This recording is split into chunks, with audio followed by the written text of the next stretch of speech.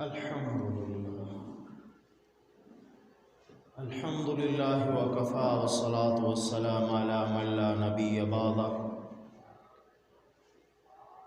صاحب التاج والمعراج سيد الإنس والجنات محبوب رب الأرض والسماوات الذي اسمه مكتوب في الإنجيل والتوراة أرسله الله تعالى بالحق بشيرا ونذيرا وداعيا إلى الله بإذنه وسراجا منيرا أما بعد فأعوذ بالله من الشيطان الرجيم بسم الله الرحمن الرحيم ومن أظلم ممن افترى على الله كذبا أولئك يعرضون على ربهم ويقول الأشهاد هؤلاء الذين كذبوا على ربهم ألا لعنة الله على الظالمين وقال النبي صلى الله عليه وآله وسلم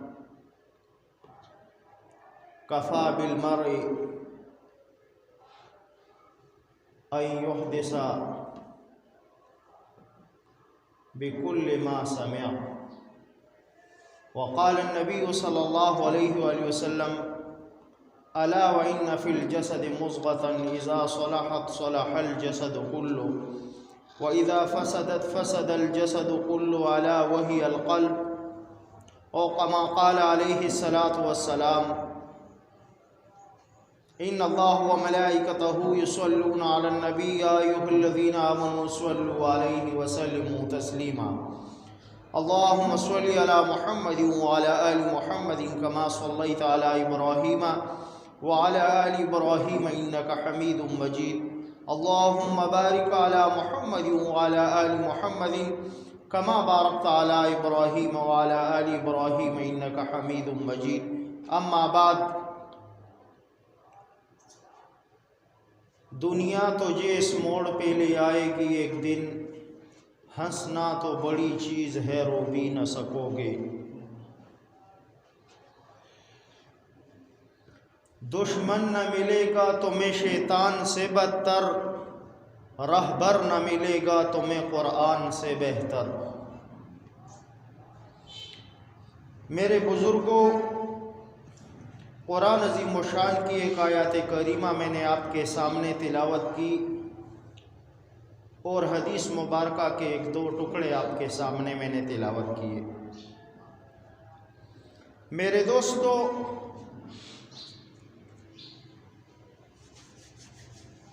پچھلے کئی جمعوں سے ہمارا یہ توبہ کا بیان شروع تھا اور اس کے بارے میں ہم نے پوری تحقیق کے ساتھ بات کی تھی گناہوں سے بچنا آج ایک بہت اہم گناہ کے متعلق میں نے جو آیات کریمہ آپ کے سامنے تلاوت کی اور جو حدیث مبارکہ ان کے متعلق آج بات کرنی ہے اور وہ ہے جھوٹ کے متعلق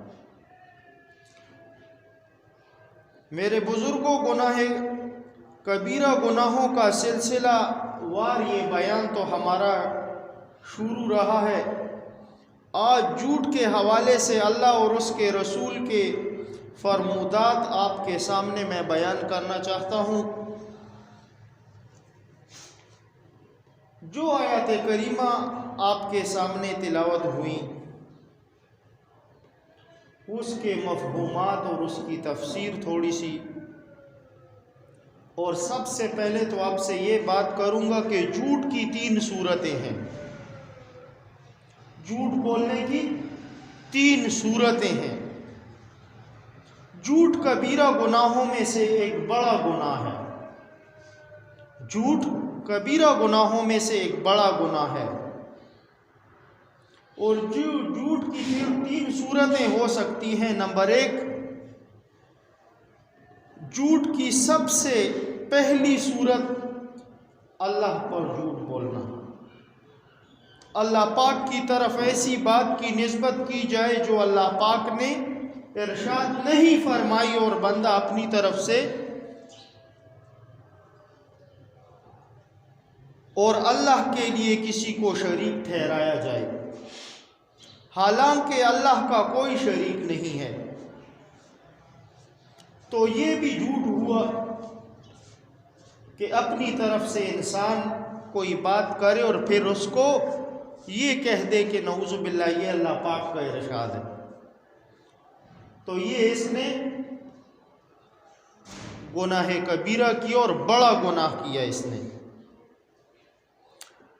سب سے بڑا جھوٹ اور اس کی مختلف صورتیں، بلکہ اللہ جل جلالہ فرماتے ہیں کہ یہ سب سے بڑا ظالم اور سب سے بڑا گناہگار ہے. کہیں جگہ پر فرمایا اللہ جل جلالہ نے، ایک آیات کریمہ میں نے جو آپ کے سامنے تلاوت کی تھی، اور دوسری یہ فمن اظلم من کذب علی اللہ، اس سے بڑا ظالم کون ہے جس نے اللہ پر جھوٹ بولا. دوسری آیات کریمہ میں اللہ جل جلالہ نے فرمایا ومن اظلم ممن افترى علی اللہ کذبا، اس سے بڑا ظالم کون ہے جو اللہ پر جھوٹ گاڑتا ہے. اور اولئک یعرضون علی ربہم، یہ وہ لوگ ہیں جن کو اپنے رب کے سامنے پیش کیا جائے گا، اور گواہی دینے والے گواہی دیں گے کہ یہ وہ لوگ ہیں جنہوں نے اپنے رب پر جھوٹ بولا تھا. اور پھر آگے ان کے لیے ایک وعید بھی سنائی، الا لعنۃ اللہ علی الظالمین، ظالموں پر اللہ کی لعنت ہے. تو اللہ پر جھوٹ بولنے کی مختلف صورتیں ہیں. پھر اللہ کی طرف ایسی بات کی نسبت کر دینا جو اللہ نے نہیں فرمائی، یہ بھی جھوٹ ہے. ایسی چیز کو فرض قرار دینا جو فرض نہیں ہے، یہ بھی جھوٹ ہے. ایسی چیز کو حرام قرار دینا جو حرام نہیں ہے، یہ بھی جھوٹ ہے. اور اللہ کا شریک ٹھہرا دینا، حالانکہ اللہ نے اپنا کوئی شریک نہیں بنایا، لہذا پھر یہ بھی جھوٹ ہے. اور کسی ایسے کو اللہ کا نعوذ باللہ نبی قرار دے دینا جس کو اللہ نے نبی نہیں بنایا، نعوذ باللہ، اور یہ کہہ دے مثلا جیسے نعوذ باللہ وہ ظالم پیدا ہوئے اس زمانے میں بھی، قادیانی، لعین اور مرتد، جو غلام مرزا لعین کو جو ہے اپنا نعوذ باللہ کہتے ہیں کہ وہ پیغمبر ہے، جیسے ایسے لعین ہوں تو یہ بھی جھوٹے ہیں. اور پھر ان لعینوں میں وہ لوگ ہوں جو نعوذ باللہ محمد رسول اللہ صلی اللہ علیہ وآلہ وسلم کی ذات کا انکار کرتے ہیں کہ نعوذ باللہ محمد صلی اللہ علیہ وآلہ وسلم نبی نہیں ہے، نعوذ باللہ یا آخری نبی نہیں ہے، اس کا انکار کر دیتے ہیں. تو یہ بھی بڑا کفر اور جھوٹ ہے، یہ بھی بڑا جھوٹ ہے. یہ دوسری صورت کیا ہوئی کہ نبی کا انکار کر دینا، یا اپنی طرف سے بات کر دینا نعوذ باللہ، جیسے قادیانی لعینوں نے کی.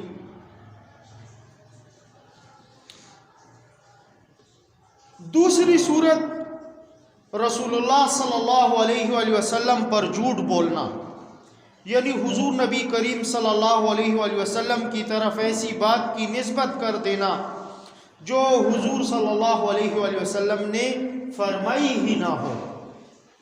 کسی عام انسان کی بات کو حدیث کہہ دینا، یہ بھی بڑا جھوٹ ہے. اتنا بڑا جھوٹ ہے کہ مغیرہ بن شعبہ رضی اللہ تعالیٰ عنہ سے ایک روایت ہے، فرماتے ہیں کہ رسول اللہ صلی اللہ علیہ وآلہ وسلم نے ارشاد فرمایا من حدث عنی حدیثا فہو یرا انہ کذب فہو من احد الکاذبین. فرمایا کہ جو شخص میری طرف کسی ایسی حدیث کی نسبت کرتا ہے جو میں نے نہیں کہی، اور وہ جانتا بھی ہے کہ یہ جھوٹ ہے، تو بھی دو جھوٹوں میں سے ایک جھوٹا ہے جس نے اس کو وہ غلط اور من گڑت حدیث سنائی، وہ بھی جھوٹا، اور جو آگے بیان کرتا ہے وہ بھی جھوٹا ہوا۔ یہاں تک حضور نبی کریم صلی اللہ علیہ وآلہ وسلم نے فرمایا کہ من کذب علیا متعمدا فلیتبوأ مقعدہ من النار۔ فرمایا جو شخص مجھ پر جھوٹ بولتا ہے، یعنی جو شخص مجھ پر جان بوجھ کر جھوٹ بولتا ہے تو اس نے اپنا ٹھکانہ دوزخ بنا لیا، اس نے اپنا ٹھکانہ دوزخ بنا لیا۔ بعض لوگوں کی عادت ہوتی ہے کسی بزرگ کے قول کو، کسی عالم کے قول کو، کسی ولی اللہ کے قول کو، کسی صحابی کے قول کو حضور اکرم صلی اللہ علیہ وآلہ وسلم کی حدیث بتا دیتے ہیں، حالانکہ ان کو پتہ نہیں ہوتا اس کے بارے میں، لیکن کہ حدیث کیا ہے اور عام بات کیا ہے، لیکن اپنی طرف سے جھوٹ بول دیتے ہیں، حالانکہ یہ بہت بڑا جھوٹ اور گناہ ہے، اگرچہ وہ بات نیک ہی کیوں نہ ہو، وہ بات نیکی کی دعوت دینے والی کیوں نہ ہو، مگر حضور نبی کریم صلی اللہ علیہ وآلہ وسلم کی طرف اس کی نسبت کر کے بیان کرنا یہ جھوٹ اور بڑا گناہ ہے، کیونکہ اپنی طرف سے تم نے بات کی ہے، وہ تو حدیث نہیں ہے نا، تم نے حدیث کہہ دی اس کو۔ مثال کے طور پر معاذ اللہ میں اپنی طرف سے بیان کر کے کہہ دوں کہ حضور نبی کریم صلی اللہ علیہ وآلہ وسلم نے فرمایا کہ جو شخص بے وضو نماز پڑھ لے وہ 100 سال تک جہنم میں جلے گا۔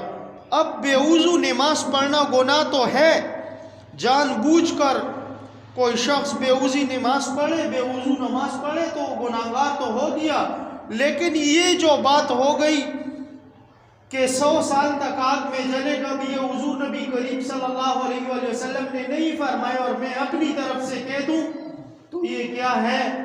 یہ نعوذ باللہ ثم نعوذ باللہ، میں نے جھوٹ باندھا، اور جھوٹ باندھنے والوں کے لیے کیا حکم؟ حضور نبی کریم صلی اللہ علیہ وسلم نے فرمایا کہ من کذب علیا متعمدا فلیتبوأ مقعدہ من النار، فرمایا جس نے مجھ پر جھوٹ بولا اس نے جہنم میں اپنا ٹھکانہ بنایا۔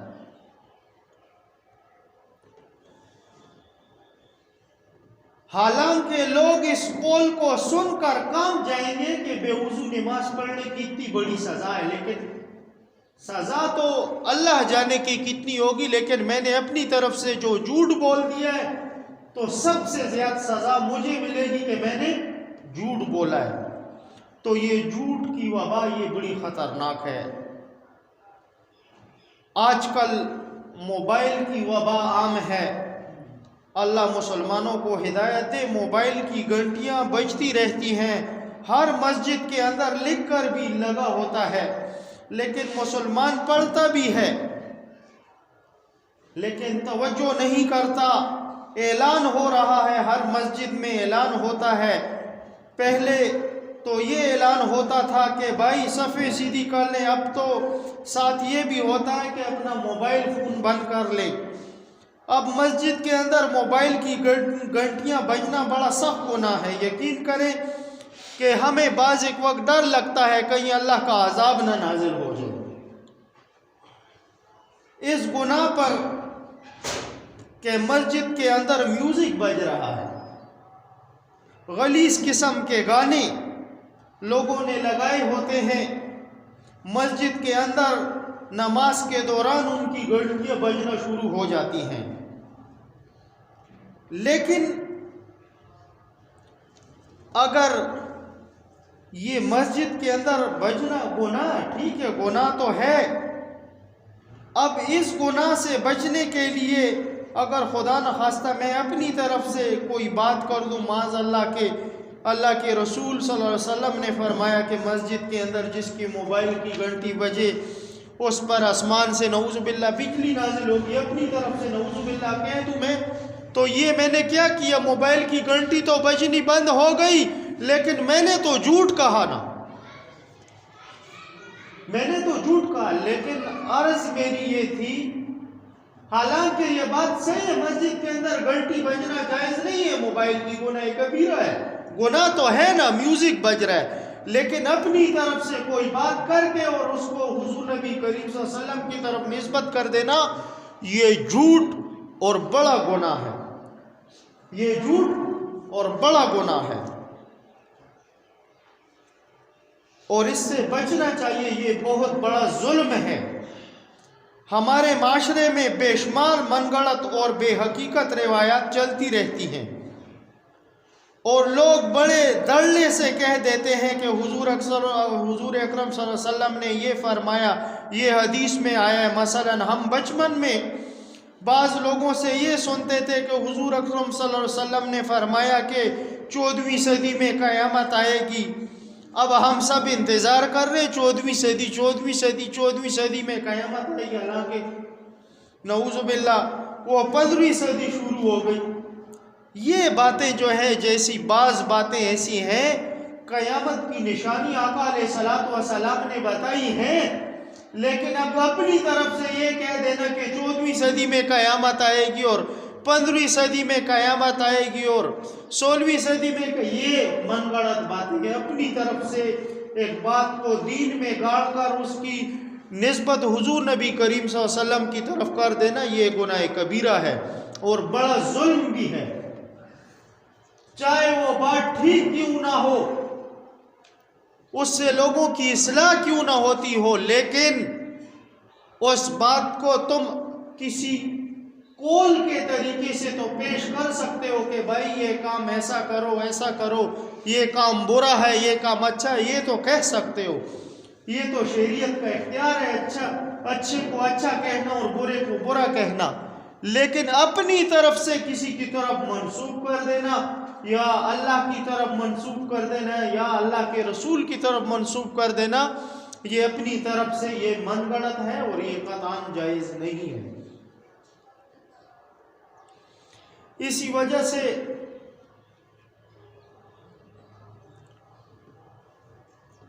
حضرت شیخ پوری رحمہ اللہ فرمایا کرتے تھے کہ ہمارے استاد کہتے تھے کہ آج کل تندوری روایات بہت زیادہ ہو گئی ہیں، تندوری، تو بعض لوگوں نے جھوٹی اور من گھڑت حدیثیں اپنی طرف سے بنا رکھی ہیں۔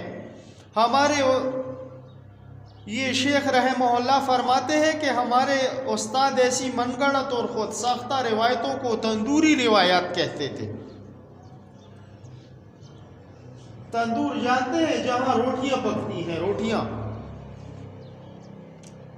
مثلا یہ گاؤں میں پہلے تندور ہوتے تھے، گھروں میں عورتیں آتی تھی، آس پڑوس کی روٹیاں پکاتی تھی اس پر، اور عورتیں جمع ہو جاتی تھی، تو جہاں عورتیں ہوتی تو وہاں باتیں بھی ہوتی۔ پھر کہتے ہیں کہ کسی جگہ مقابلہ ہو رہا تھا کہ سب سے زیادہ جو گپ لگائے گا تو اس کو انعام دیا جائے گا۔ ہر ایک نے بڑی سے بڑی گپ لگانے کی کوشش کی، لیکن انعام اس کو ملا جس نے کہا تھا کہ میں نے دیکھا 2 عورتیں بیٹھی ہوئی تھی اور ایک عورت خاموش تھی۔ یہ ایک من گھڑت سی بات ہے، یعنی وہ عورتوں کی طرف اس بات کو منسوب کرتے ہیں کہ عورتیں خاموش نہیں بیٹھ سکتی، تو کہتے ہیں پھر انعام اس کو ملا جس نے ایسی بات کہی کہ ایک عورت خاموش بیٹھی ہوئی تھی۔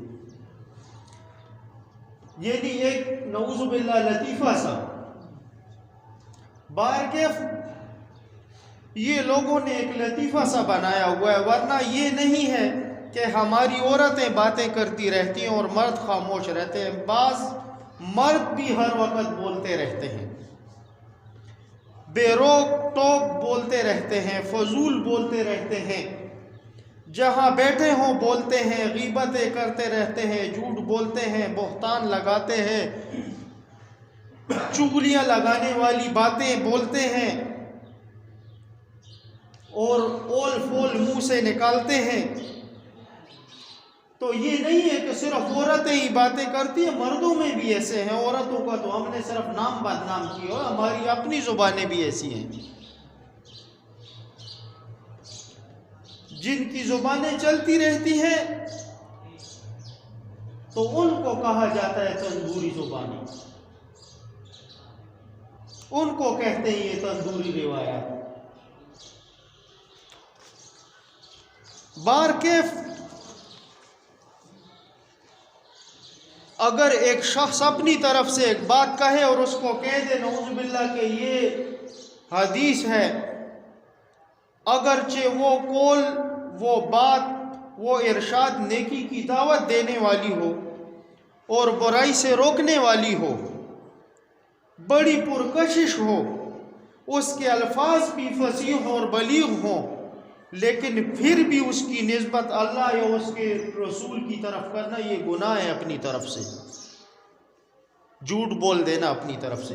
یہ بعض ہمارے معاشرے کے اندر یہ ایسی باتیں بالکل عام ہو چکی ہیں، کوئی اپنی طرف سے کوئی نصیحت کرے گا نعوذ باللہ تو اس کو حدیث کی طرف مائل کر دے گا، یہ حدیث میں ہے اور یہ اللہ نے فرمایا ہے اور یہ رسول نے، حالانکہ وہ بات ہوتی نہیں ہے، اور اپنی طرف سے کہہ دینا یہ بھی بڑا گناہ ہے، عظیم گناہ ہے، اور اسے جھوٹ کہا جاتا ہے۔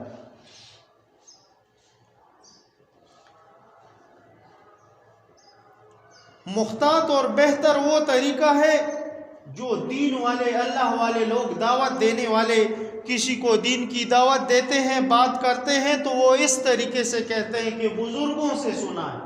اکثر وہ لوگ کہتے ہیں نا، صحیح جو دیندار لوگ ہوتے ہیں جن کو دین کی سمجھ ہوتی ہے، حدیث کی سمجھ ہوتی ہے، تو وہ کیا کہتے ہیں، یہ ایسے ڈائریکٹلی وہ نہیں کہتے کہ حدیث میں ہے یا اللہ نے فرمایا یا رسول اللہ صلی اللہ علیہ وسلم، نہیں، وہ کیا کہتے ہیں، بزرگوں سے سنا ہے۔ اگر حدیث بھی بیان کرتے ہیں تو وہ بھی اس طریقے سے بولتے ہیں کہ بزرگوں سے سنا ہے، یا وہ حدیث مبارک بھی بیان کرتے ہیں تو کہتے ہیں کہ حدیث کا مفہوم ہے۔ اگر اللہ والے کی بات ہے تو وہ بھی آ گئی، اور اگر حضور اقدس صلی اللہ علیہ وآلہ وسلم کی حدیث ہے تو وہ بھی اس میں آ گئی۔ قطعی طور پر حضور نبی کریم صلی اللہ علیہ وسلم کی طرف جو بات معلوم نہ ہو ہمیں تو اس کی نسبت نہ کی جائے اپنی طرف سے، جب تک کہ تحقیق نہ ہو جائے ہمیں کہ یہ واقعی حدیث ہے۔ اور حضور اکرم صلی اللہ علیہ وآلہ وسلم نے ایسا فرمایا ہے، جب ہمیں حدیث مبارک کی پکی تحقیق ہو جائے، پتہ چل جائے یہ بخاری کی حدیث ہے، مسلم کی ہے، ابو داؤد شریف کی ہے، ترمذی شریف کی ہے، موطا امام مالک کی ہے، امام احمد ابن حنبل کی ہے، کون سی روایت ہے، مسند امام احمد ابن حنبل کی ہے، اور جب ہمیں اس روایت کے متعلق پوری تصدیق ہو جائے تو تب ہمیں کہنا چاہیے کہ یہ حدیث ہے۔ اب ایک بات ہم نے سن لی، وہ کسی ولی کا قول ہے، کسی کا قول ہے، یا کسی نے ایک نصیحت کی ہے، کسی دانا نے ایک نصیحت کی اور اس کو تم نے اپنی طرف سے کہہ دیا کہ یہ حدیث ہے، تو تم نے جھوٹ بولا، اور حضور نبی کریم صلی اللہ علیہ وآلہ وسلم کی طرف جھوٹی نسبت کرنا، یہ میں نے آپ کو پہلے کہا کہ فَلْيَتَبَوَّ مَقْعَدُهُ مِنَ النَّارِ۔ آقا علیہ الصلوۃ والسلام نے فرمایا کہ جس نے مجھ پر جھوٹ بولا تو اس نے جہنم میں اپنا ٹھکانہ بنایا۔ پھر جھوٹ کی ایک تیسری قسم، تیسری صورت جو ہے جھوٹ بولنے کی، وہ یہ ہے کہ انسانوں کا آپس میں جھوٹ بولنا، عام زندگی میں جھوٹ بولنا، اس کی بھی دو صورتیں ہیں۔ ایک قسم یہ ہے کہ عمل کے اندر جھوٹ ہو، عمل سے جھوٹ ہو۔ عمل کے اندر جھوٹ کیا ہے؟ یعنی کہ انسان جو کچھ بولتا ہے اس کا عمل اس کی تصدیق نہیں کرتا، اس کا عمل اس کی تصدیق نہیں کرتا۔ عمل جو کچھ اور ہے اور زبان کچھ اور ہے، تو فعل اور قول کے مطابق نہ ہونے کا مطلب یہ ہے کہ اس کا عمل جھوٹ بول رہا ہے، اس کا عمل پھر جھوٹ بول رہا ہے، اگرچہ زبان سے جھوٹ نہیں بول رہا، زبان سے کہتا ہے کہ نشہ حرام ہے، بورڈ لگایا ہوا ہے، اور عمل سے نشہ کر رہا ہے خود۔ یعنی زبان سے تو کہتا ہے کہ نشہ حرام ہے، اور اپنا عمل اس کا کیا ہے؟ نشے والا ہے، تو یہ کیا ہوا؟ جھوٹ نہ ہوا اس کا؟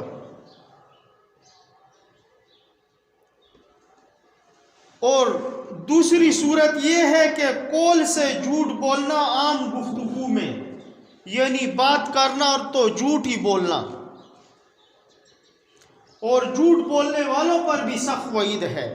اللہ اور اس کے رسول صلی اللہ علیہ وسلم کے ارشاد میں جھوٹ بولنے پر سخت وعیدیں ہیں، اور اس سے بڑی وعید کیا ہوگی کہ ہمارے آقا صلی اللہ علیہ وآلہ وسلم نے فرمایا کہ منافق کی 3 نشانیاں ہیں: بات کرے تو جھوٹ بولے، وعدہ کرے تو وعدے کی خلاف ورزی کرے، اور امانت اس کے پاس رکھی جائے تو خیانت کرے۔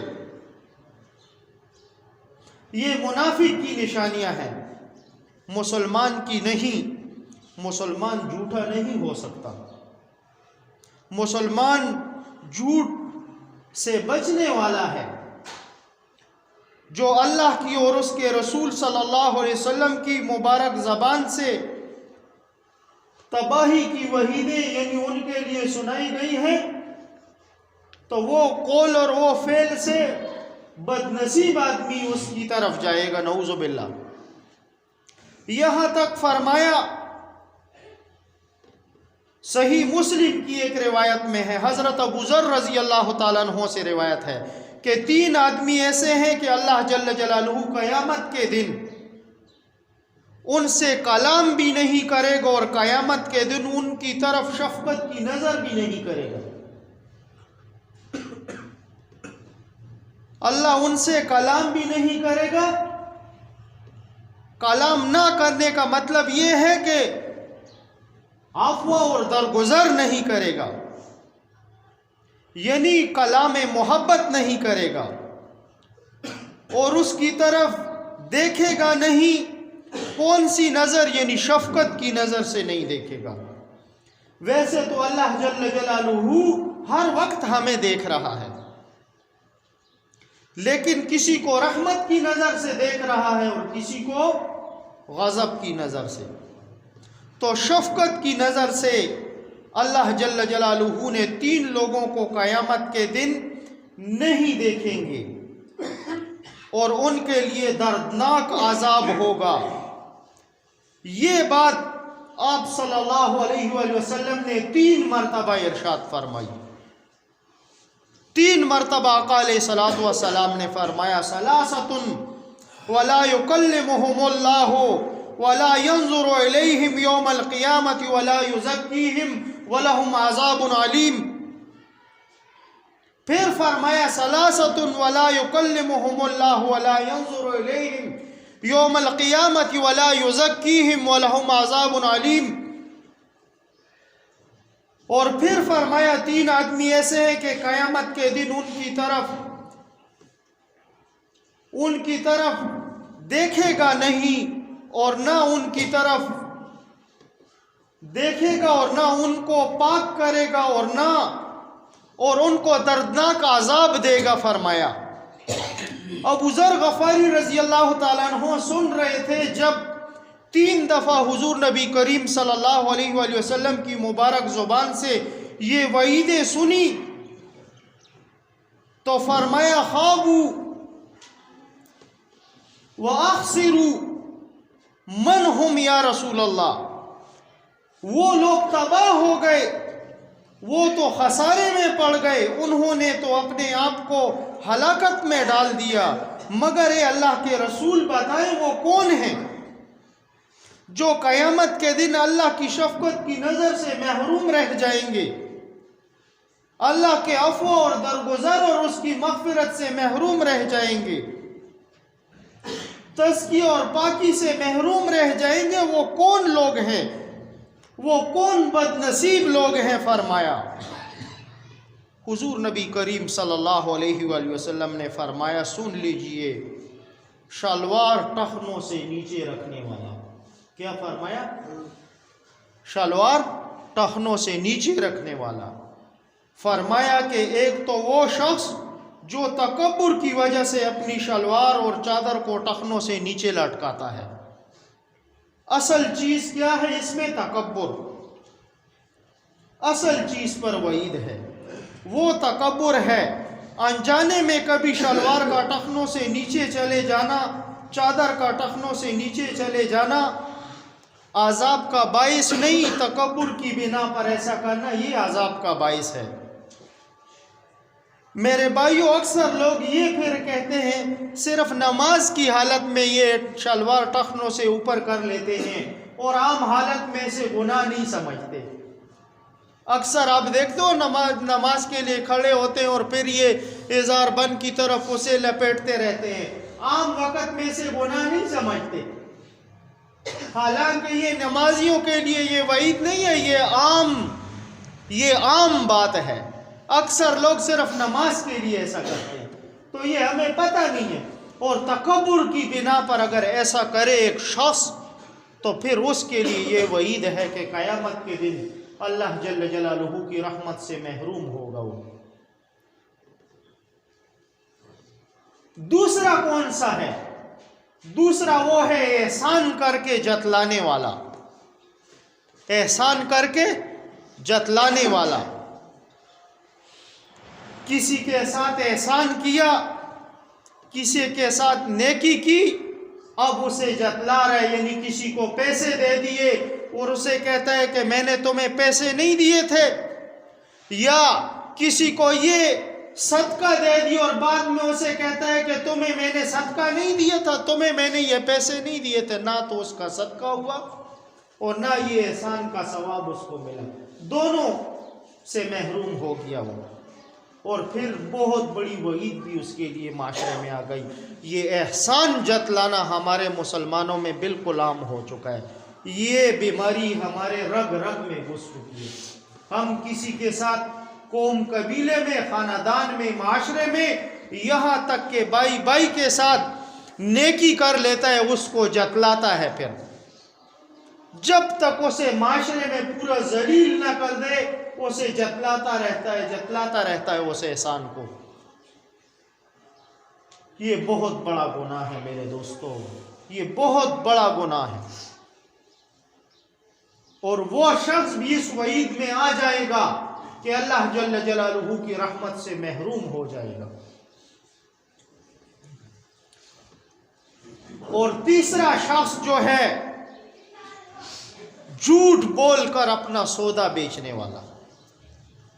جھوٹ بول کر اپنا سودا بیچنے والا. آج میں آپ کو کہوں تو ہمارا حال کیا ہے اس حدیث مبارکہ کے اس ٹکڑے کو دیکھو. جھوٹ بول کر سودا بیچنے والا. ابتدا سے انتہا تک تھوڑی سی مختصر جان کے اس بات کو سوچیں. صرف الیکٹرک کی آپ کو بات کروں، یہ الیکٹرک چیزیں جو ہیں یہ بنائی پاکستانیوں نے ہوتی ہیں اور اس پر دیکھتے ہو میڈ ان جاپان، اسٹیمپ اس جاپان کی لگا دیتے ہیں.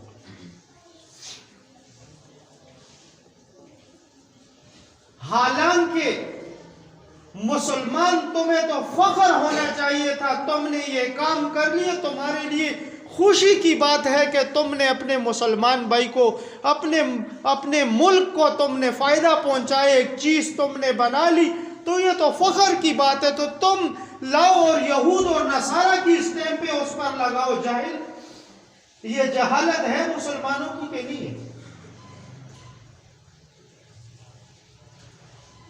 پھر اس سے تھوڑا سا ہٹو تو آؤ یہ ہمارے معاشرے میں جو تول کا کام کیا جاتا ہے، ان پتھروں میں صرف دیکھو، ان پتھروں میں تم جس وقت کوئی دکان یا کوئی اپنے لیے بناؤ، کوئی فیکٹری یا کوئی اسٹور، تو وہاں سے اگر تم پتھر لینے کے لیے جاؤ تو تمہیں کہا جائے گا کہ وہ صحیح والے دوں یا نہیں وہ دوسرے والے دوں.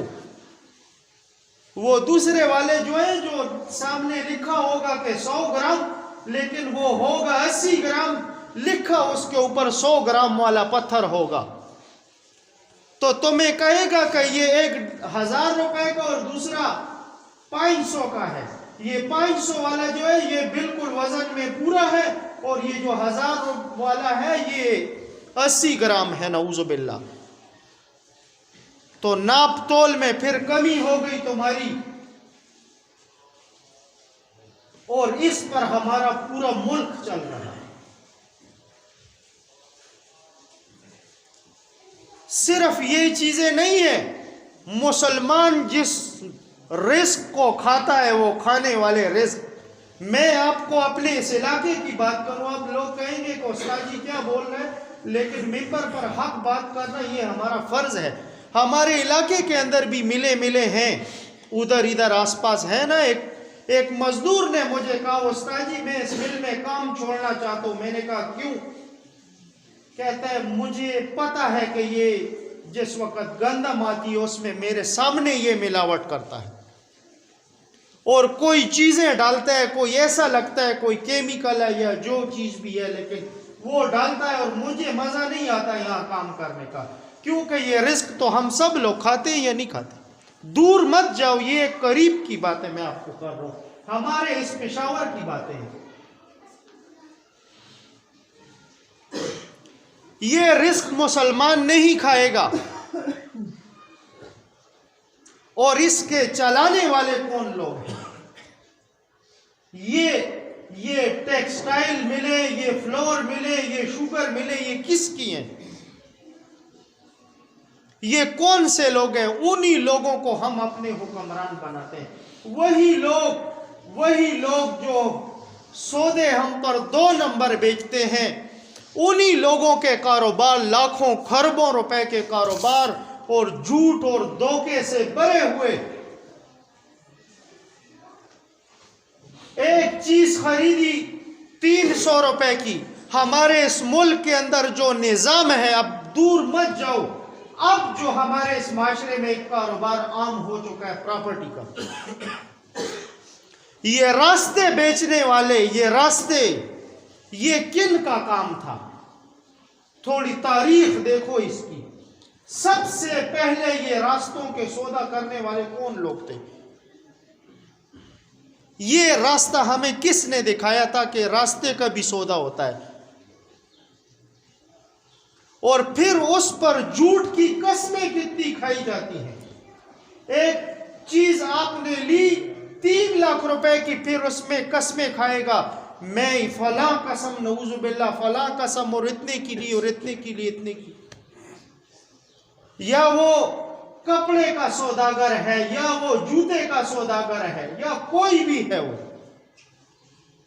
اس میں جھوٹ کی قسمیں کتنی ہیں۔ حالانکہ یہ مسلمان اگر سچا سودا کرتا تو اسے نیکیاں بھی ملتی، ثواب بھی ملتا، اور اس کے رزق میں برکت بھی ہوتا۔ لیکن جھوٹ بول کر اس نے اپنے لیے گناہ بھی ایک بہت بڑا کما لیا، گناہ کبیرہ بھی کر لیا، اور پھر اس رزق سے اس کے برکت بھی ختم ہو گئی۔ جھوٹ بولا تو جھوٹ میں اس کے کتنے نقصانات، ایک جھوٹ بولا تو اس کی خاطر اس کو اور بھی 100 جھوٹ بولنے پڑیں گے۔ اس کو ایک بات کو صحیح کرے گا تو دوسری بگڑ جائے گی، دوسرے کو صحیح کرے گا تو تیسری بگڑ جائے گی۔ وہ کہتے ہیں نا جھوٹ کے ہاتھ پاؤں نہیں ہوتے، تو ایک جھوٹ کی خاطر اس نے اپنے لیے قیامت کا جو خطرناک دن ہے، اس دن اللہ جل جلالہ کی شفقت سے اپنے آپ کو محروم کر دیا۔ اللہ جل جلالہ کی وہ شفقت کی جو نظر تھی اس سے اپنے آپ کو محروم کر لیا۔ تو خدا را مسلمان وہ ہوتا ہے جو جھوٹ نہ بولے۔ آج ہمارے معاشرے کے اندر جو ماں باپ بیٹھے ہوئے ہیں ان کو بھی کہتا ہوں، ایک مرتبہ ایسا ہوا حضور نبی کریم صلی اللہ علیہ وآلہ وسلم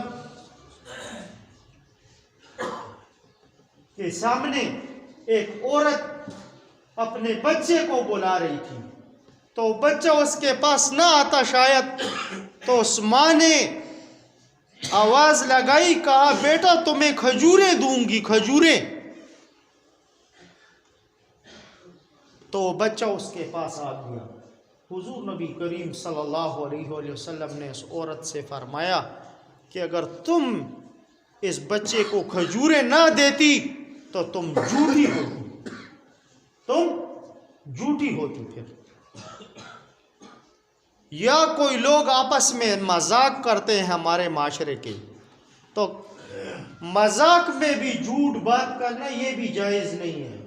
حضور نبی کریم صلی اللہ علیہ وآلہ وسلم کی مبارک زندگی دیکھو، اس مبارک زندگی میں مذاق تو ہوگا، مسکراہٹ ہوگی، تبسم ہوگا، لیکن جھوٹ نہیں ہوگا، جھوٹ نہیں ہوگا. اور ہمارے لوگ تو گپ شپ لگاتے ہیں تو اس میں سبھی جھوٹ ہوتا ہے، حالانکہ مسلمان جھوٹ نہیں بول سکتے. تو میرے دوستو، آج اس جمعے سے ہم یہ سبق لے کر جائیں کہ نہ تو اپنے بچوں میں جھوٹ بولیں گے، نہ تو اپنے دوستوں میں جھوٹ بولیں گے، نہ معاشرے میں کسی کے ساتھ جھوٹ بولیں گے. جھوٹ سے انشاءاللہ پکی توبہ کریں گے. سب بھائی توبہ کرتے ہیں یا نہیں؟ ہاتھ اٹھا کے مجھے بتاؤ. جھوٹ کون کون نہیں بولے گا؟ ہاتھ اٹھا کے بتاؤ. ہاتھ اٹھا کے. مسلمان کا دعویٰ پکا ہونا چاہیے کہ جھوٹ کوئی بھی نہیں بولے گا. وعدہ ہے انشاءاللہ. وآخر دعوانا الحمدللہ رب العالمین. سنت ادا کرو.